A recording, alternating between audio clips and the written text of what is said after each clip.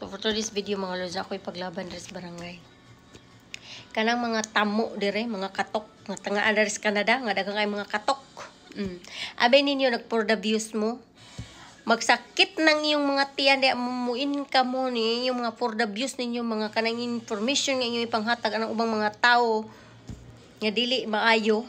Sakit ra na yung tiyan na yung gusto mo extra income mo. Kaya mag-vlogger yung panghimong vlog, mga kinatok. Sa Pilipinas, 460 ang per day. Sa Pilipinas, ang dishwasher, muoran ni. Unya sa Canada, 17 bucks per hour. Kaya nga naman na yung 17 bucks per hour, nga 1 million sa isa katuig nga income sa Canada. 1 million, imo ang nasimong bangko at the end of the year. Ha? Waya mo. Kakatuka rasad mo aning Canada. Ginuuko ka na yung 17 bucks versus 460 Pilipinas. Maura na equivalent mga bugo. Mga katok. Di ba? Siyempre, para dito sa mong barangay.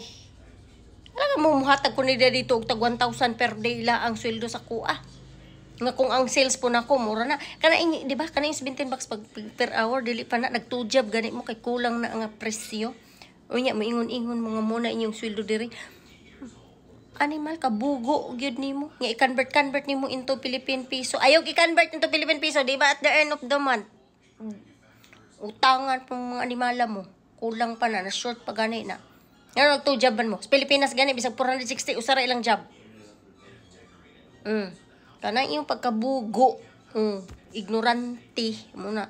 Di mauwaw.